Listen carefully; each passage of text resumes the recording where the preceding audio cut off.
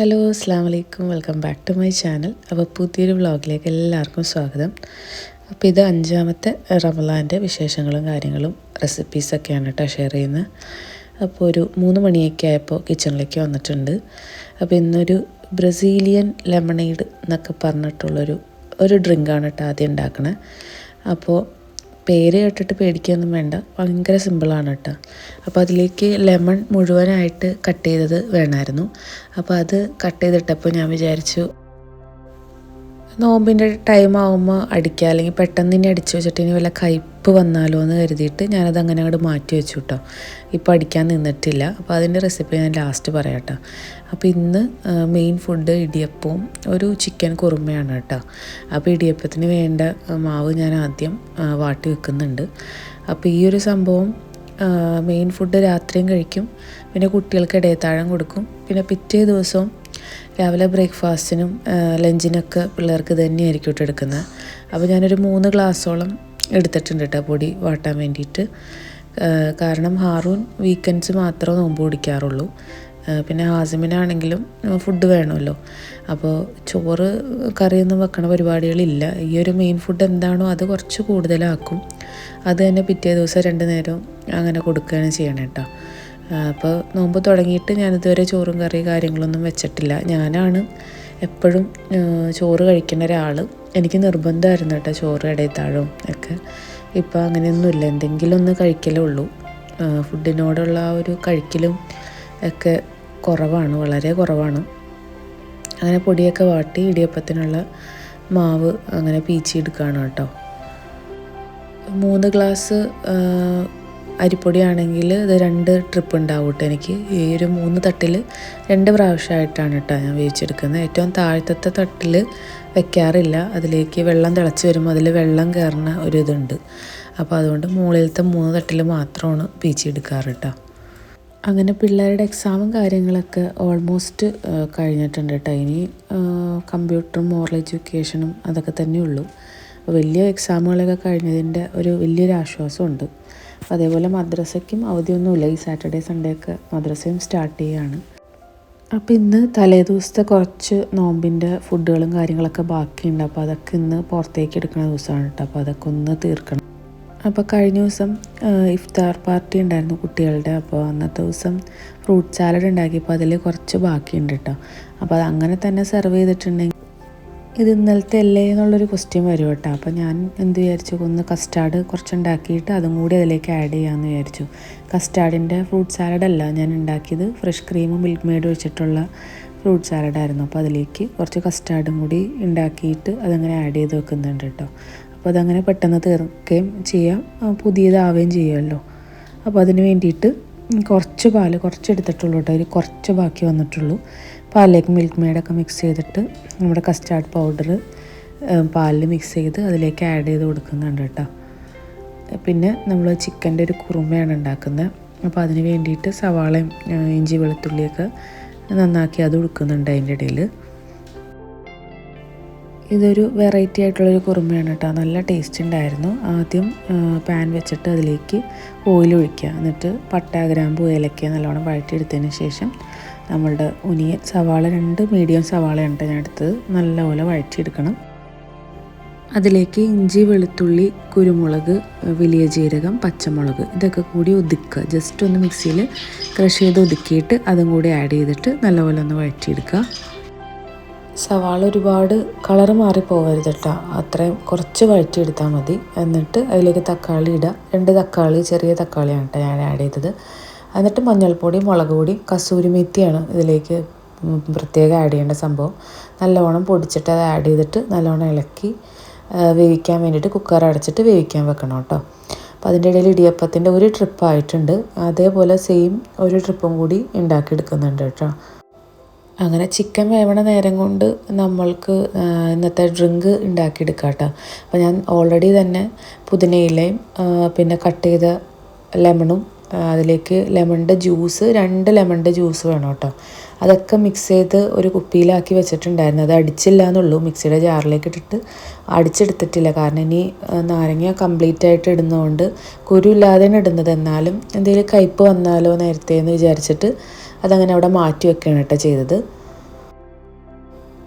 അങ്ങനെ ഞാൻ മിക്സിയുടെ മീഡിയം ജാറിലേക്ക് ഇട്ടിട്ട് മിക്സ് ചെയ്ത് വെച്ച എല്ലാ സംഭവങ്ങളും കൂടി ഇട്ടിട്ട് നല്ലവണ്ണം ജസ്റ്റ് ഒന്ന് ഒരുപാട് അടിച്ചിട്ടില്ല, നാരങ്ങ ഇട്ടതുകൊണ്ടുള്ളൊരു പേടി ഉണ്ടായിരുന്നു കേട്ടോ. ജസ്റ്റ് ഒന്ന് ക്രഷ് ചെയ്ത് എല്ലാം കൂടി ഒന്ന് മിക്സാക്കി എടുത്ത്, എന്നിട്ട് അത് നമുക്ക് എത്രത്തോളം വെള്ളം വേണോ അത്രയും വെള്ളം, ഞാൻ തണുത്ത വെള്ളം ഫ്രീസറിൽ വെച്ചിട്ടുണ്ടായിരുന്നു കേട്ടോ പെട്ടെന്ന് ആവാൻ വേണ്ടിയിട്ട്. ആ വെള്ളം വലിയ ജാറിലേക്ക് ഒഴിച്ചു കൊടുക്കുക. പിന്നെ നമ്മൾ ജസ്റ്റ് ക്രഷ് ചെയ്ത് ആ ഒരു മിക്സും ഇതിലേക്ക് ഒഴിച്ചു കൊടുക്കുക. പിന്നെ മിൽക്ക് മെയ്ഡാണ് കേട്ടോ അതിലേക്ക് ആഡ് ചെയ്യുന്നത്. മിൽക്ക് മെയ്ഡ് കൂടി ഇട്ടിട്ട് നല്ലോണം അടിച്ചെടുക്കുക. നല്ല റിഫ്രഷിങ് ഡ്രിങ്ക് ആയിരുന്നു കേട്ടോ. ആ ഒരു പുതിനയിലയുടെ ടേസ്റ്റ് ഇഷ്ടമുള്ളവരാണെങ്കിൽ ഒന്ന് മസ്റ്റ് ട്രൈ ആയിട്ടായിരുന്നു. നല്ല റിഫ്രഷിങ് ആയിട്ടുള്ളൊരു സംഭവമായിരുന്നു കേട്ടോ. ഒരുപാട് മധുരം ഇല്ലാതെ ഒരു മീഡിയം മധുരം ആണ് പാകം കേട്ടോ. അപ്പോൾ അതിൻ്റെ ഇടയിൽ ഇടിയപ്പത്തിൻ്റെ കംപ്ലീറ്റ് പണിയും കഴിഞ്ഞിട്ടുണ്ട്. അതേപോലെ നമ്മളുടെ പഴയ കുറച്ച് ഫ്രൂട്ട് സാലഡ് ഉണ്ടായിരുന്നെന്ന് പറഞ്ഞില്ലേ, അപ്പോൾ അതും ഒന്ന് സെറ്റാക്കി റെഡിയാക്കി വെച്ചിട്ടുണ്ട് കേട്ടോ. അപ്പോൾ ചിക്കൻ കറിയിലേക്ക് ഇനി വേണ്ടത് നട്ട്സാണ്. അപ്പോൾ നട്ട്സ് ഓൾറെഡി ഞാൻ കുറച്ച് വെള്ളത്തിലിട്ട് വെച്ചിട്ടുണ്ടായിരുന്നു. അതിൻ്റെ നല്ലപോലെ പേസ്റ്റ് ആക്കിയിട്ട് അതും ഒരു പാക്കറ്റ് ഫ്രഷ് ക്രീമും കൂടി ആഡ് ചെയ്ത് നല്ലോണം മിക്സ് ചെയ്ത് വെക്കുന്നുണ്ട്. അപ്പോൾ നമ്മളുടെ അടിപൊളി ചിക്കൻ കുറുമ റെഡി ആയിട്ടുണ്ട്. നല്ല ടേസ്റ്റ് ഉണ്ടായിരുന്നു കേട്ടോ. അപ്പോൾ ഇങ്ങനെ ട്രൈ ചെയ്യാത്തവരാണെങ്കിൽ ഒന്ന് ഉണ്ടാക്കി നോക്ക്. നമ്മളുടെ ഐഷാസ് കിച്ചൺ എന്നുള്ള ചാനലിലെ ഒരു റെസിപ്പിയാണ് കേട്ടോ. അപ്പോൾ എൻ്റെ സവാള കുറച്ചൊന്ന് വഴണ്ട് വന്നിട്ടുണ്ട്. അപ്പോൾ അതിൻ്റെ ഒരു ചെറിയൊരു കളർ വ്യത്യാസമുണ്ട്. കുറച്ചും കൂടി വൈറ്റ് ആയിട്ടാണ് കേട്ടോ ഈ കറി ഇരിക്കുന്നത്. അപ്പോൾ ഇതൊക്കെ തലേ ദിവസത്തെ ഫുഡുകളാണ് കേട്ടോ. അപ്പോൾ അതെല്ലാം ഒന്നും വേസ്റ്റ് ചെയ്യാൻ പാടില്ലല്ലോ. അപ്പോൾ ഇതെല്ലാം ചൂടാക്കി എടുത്തിട്ടുണ്ട്. അപ്പോൾ നമ്മളുടെ ബനാന ഫ്രൈ ഓൾറെഡി ഉണ്ടായിരുന്നു. അപ്പോൾ അതിന് ഒരു ചേഞ്ചിന് വേണ്ടിയിട്ട് മുകളിൽ കുറച്ച് മിൽക്ക് മെയ്ഡ് ഒഴിച്ച് വെക്കുന്നുണ്ട് കേട്ടോ. അപ്പോൾ പിള്ളേരൊക്കെ എന്തായാലും കഴിച്ചോളുമല്ലോ. പിന്നെ തലേ ദിവസം തന്നെ ഫ്രൂട്ട്സ് കട്ട് ചെയ്തതെല്ലാം കൂടി ഞാനൊരു ബോക്സിലേക്ക് ആക്കി വെച്ചിട്ടുണ്ടായിരുന്നു. അപ്പോൾ അത് തന്നെയാണ് ഇന്ന് എടുക്കുന്നത്. വേറെ പ്രത്യേകിച്ചൊന്നും കട്ട് ചെയ്ത് വെക്കുന്നില്ല കേട്ടോ. സത്യം പറഞ്ഞാൽ ഫുഡുകൾ ബാക്കി വരുമ്പോൾ എനിക്ക് പേടിയാണ്, കൂടുതലാണോ ഭക്ഷണം ഉണ്ടാക്കുന്നത്, വേസ്റ്റ് ആവരുത് എന്നുള്ളൊരു അതേ ഒരു ചിന്ത മാത്രമായിരിക്കും കേട്ടോ. നോർമൽ ദിവസങ്ങളിൽ അങ്ങനെ പ്രശ്നങ്ങൾ വരാറില്ല. നോമ്പിനായിരിക്കും കേട്ടോ കുറച്ച് കൂടുതലും വരിക. നമ്മൾ ഫുഡ് വീട്ടിലുണ്ടാക്കുന്ന ദിവസം പിന്നെയും പുറത്തുനിന്ന് എന്തെങ്കിലും സ്നാക്സ് കാര്യങ്ങളൊക്കെ വാങ്ങിക്കുമ്പോഴാണ് കേട്ടോ എപ്പോഴും ബാക്കി വരാറ്. അപ്പോൾ ഞാൻ പറയാറുണ്ട്, എന്തെങ്കിലും വാങ്ങുകയാണെങ്കിൽ പറയണം. കാരണം വീട്ടിലുണ്ടാക്കേണ്ട ആവശ്യമില്ലല്ലോ. വീട്ടിലും ഉണ്ടാക്കും, പുറത്തുനിന്നും വാങ്ങിക്കും. അങ്ങനെയൊക്കെ വരുമ്പോഴാണ് സ്നാക്സൊക്കെ ബാക്കി വരിക. നോമ്പ് പിടിച്ചിട്ട് അവർ വരുമ്പോൾ എന്തെങ്കിലും കാണുമ്പോൾ ഒരു കൊതി വരുമല്ലോ. എന്നാൽ നോമ്പ് തുറന്ന് നമുക്കത് കഴിക്കാനും പറ്റില്ല. നോമ്പ് പിടിച്ചിട്ടുള്ളൊരു ടെംപ്റ്റേഷനാണ്. അതുകൊണ്ടാണ് ഇങ്ങനെ പുറത്തുനിന്ന് വാങ്ങിച്ചിട്ട് വരുന്നത്.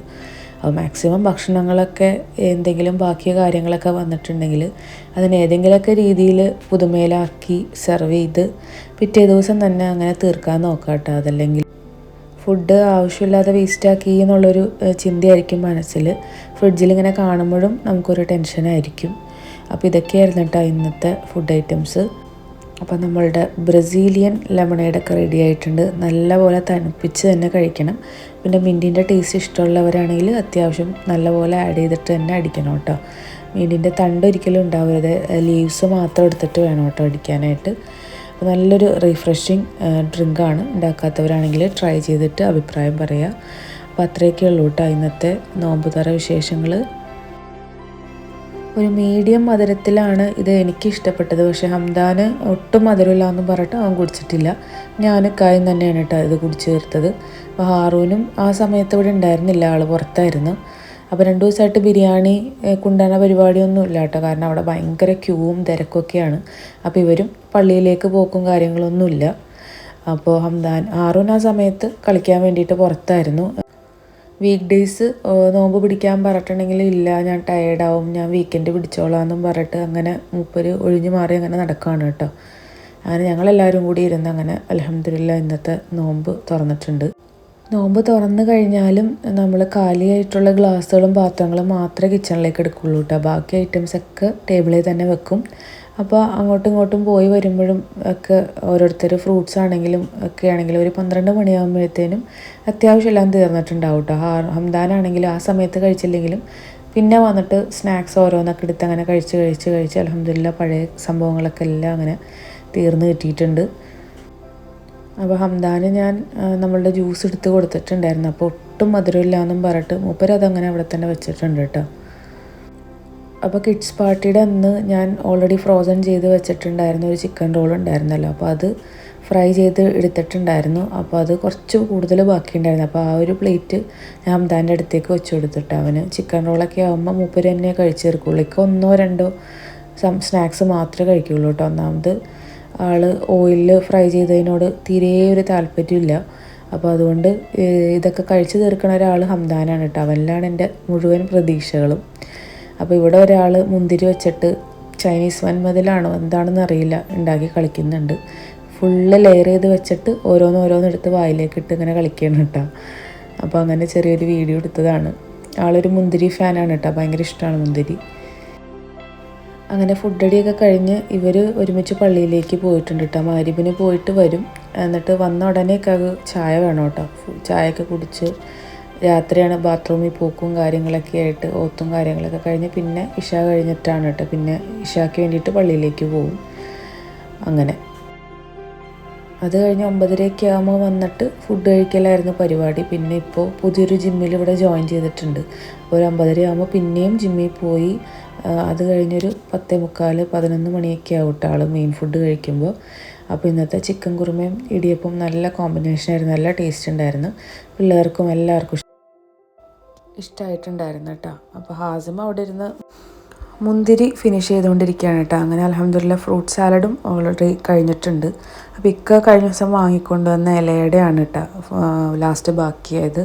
അതിൻ്റെ ഒരു ആവശ്യം ഉണ്ടായിരുന്നില്ല അത് വാങ്ങിക്കേണ്ട. അത്യാവശ്യം സ്നാക്സും കാര്യങ്ങളൊന്നും ഉണ്ടായിരുന്നു. അപ്പോൾ പറയാതെ വാങ്ങിക്കൊണ്ട് വന്നതാണ്. അങ്ങനെ എന്തെങ്കിലുമൊക്കെ ബാക്കി വരുന്നത് ഞാനങ്ങനെ ഇടയത്താഴം കഴിച്ച് തീർക്കലാണ് കേട്ടോ. അപ്പോൾ അല്ലാതെ എനിക്കങ്ങനെ അല്ലെങ്കിൽ എനിക്ക് ഇടയത്താഴം ചോറ് കഴിക്കലൊരു നിർബന്ധമുള്ള കാര്യമായിരുന്നു. ഇപ്പോൾ ഞാനങ്ങനെ കഴിക്കലേ ഇല്ല. അങ്ങനെ അവരൊക്കെ പള്ളിയിലേക്ക് പോയിട്ടുണ്ട്. പണ്ടൊക്കെ ഇവർ പുറത്തേക്ക് ഇറങ്ങുമ്പോൾ ഹാസിമ് ഭയങ്കര ബഹളമായിരുന്നു കേട്ടോ. ഇപ്പോൾ ആൾക്കറിയാം, ആൾ വലിയ കുഴപ്പമില്ലാതെ അങ്ങനെ നിന്നോളും. അവരുടെ കൂടെ തന്നെ പുറത്തേക്ക് ആളുടെ സൈക്കിളൊക്കെ ആയിട്ട് ഇറങ്ങിയിട്ട് അവർ പോയി കഴിഞ്ഞ് കഴിയുമ്പോൾ തിരിച്ച് റൂമിലേക്ക് തന്നെ വരും കേട്ടോ. കരച്ചിലോ കാര്യങ്ങളൊന്നുമില്ല. അങ്ങനെയൊക്കെ ജിമ്മിൽ പോയി വന്ന് ഫുഡ് കഴിക്കുന്നുണ്ട്. അപ്പോൾ ഇത്രയൊക്കെയാണ് കേട്ടോ ഇന്നത്തെ വിശേഷങ്ങൾ. അപ്പോൾ എല്ലാവരുടെയും നോമ്പ് നല്ല റാഹത്തായിട്ട് അടിപൊളിയായിട്ട് പോകുന്നു എന്ന് വിചാരിക്കുന്നു. അപ്പോൾ വീഡിയോ ഇഷ്ടമായി കഴിഞ്ഞ് കഴിഞ്ഞാൽ ലൈക്ക് ചെയ്യുക, ഷെയർ ചെയ്യുക, റെസിപ്പീസൊക്കെ ഒന്ന് ട്രൈ ചെയ്യുക, ഫീഡ്ബാക്സൊക്കെ ഒന്ന് കമൻ്റായിട്ട് അറിയിക്കുക. അപ്പോൾ മറ്റൊരു വ്ളോഗിൽ വീണ്ടും കാണാം. ഓക്കെ, ബൈ, താങ്ക് യു, അസ്സലാമു അലൈക്കും.